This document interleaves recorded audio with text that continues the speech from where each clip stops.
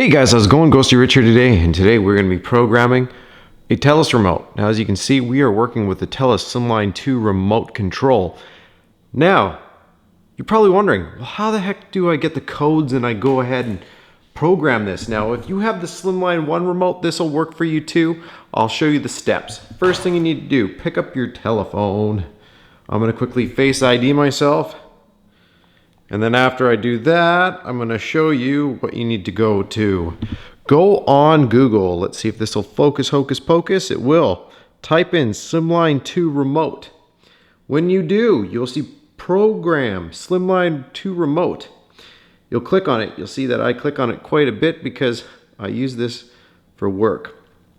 Once you open it up, if you don't have this one and yours has that other mode button, that's off to the side with the 3. I would personally upgrade my Telus remote if I had that. But if you don't, you can select another remote and the process is the same. Just select Slimeline 1 because that's the remote that you would have.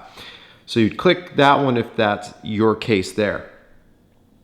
We don't have to worry about that. All right, program your remote. As you can see, it's going to ask you, what do you want to program, your TV or your amplifier? So if you have an amplifier, go ahead and click that.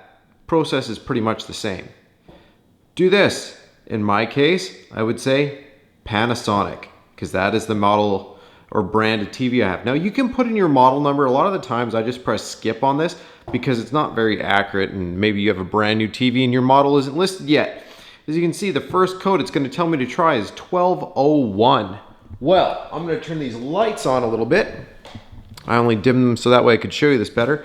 Since it's 1201, we would click and hold on the options button. Now I'm going to click it and show you what the top does.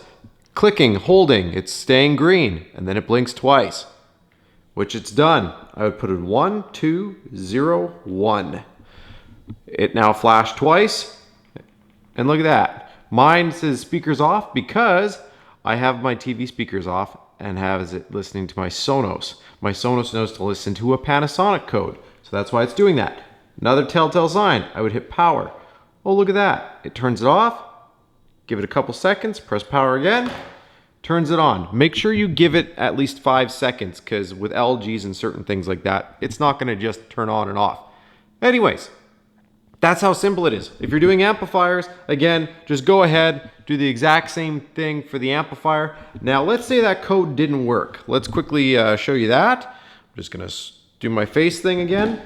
You can click this side arrow and keep going through all these codes. And trust me, let's say Hisense, for example. A lot of times the first code actually won't work for you. Hisense sometimes backdates itself to other codes. There's only one TV right now I know that is an absolute headache to get codes for. Chances are you're not going to be able to program it, and that is a JVC TV. Yeah, JVC. Try, and if you can, just don't buy them anyway because they're cheap TVs and won't last very long, but just little side fact. Anyways, I hope this helped you out. Press like if it did and subscribe for more.